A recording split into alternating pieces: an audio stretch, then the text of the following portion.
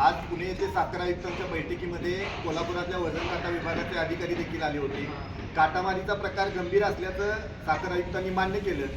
खरं तर कालपासून कोल्हापुरात वजन काट्याचे काही अधिकारी भरारी पथकाच्या नावाखाली फिरत आहेत। आज तशा एका अधिकाऱ्याला, जो सातारा जिल्ह्यातला अधिकारी आहे, त्याला फोनवर आम्ही साहेबांच्या समोर स्पीकर फोनवरती बोललो असता तर कोल्हापूरच्या अधिकाऱ्यांना माहिती नाही, जिल्हाधिकाऱ्यांनी पथक नेमलंय, भरारी पथक जिल्हाधिकाऱ्यांना माहिती नाही, आणि पुणे विभागाच्या वजन काटा विभागाच्या अधिकाऱ्यांनी पश्चिम महाराष्ट्रात आपले अधिकारी पाठवून बेकायदेशीरित्या त्यांना काटे तपासण्यानी प्रमाणपत्र देऊन बरोबर असल्याचं दाखवून त्यांच्याकडनं मलई मिळवण्याचं, पाकिट मिळवण्याचं षडयंत्र आहे ते आज साहेबांच्या समोर आलं। साखर आयुक्तांनी याबाबत अन्न नागरी पुरवठा विभागाच्या सचिवांकडे तक्रार करून त्यांच्यावर कारवाईचा प्रस्ताव देणार असल्याचे सांगितले।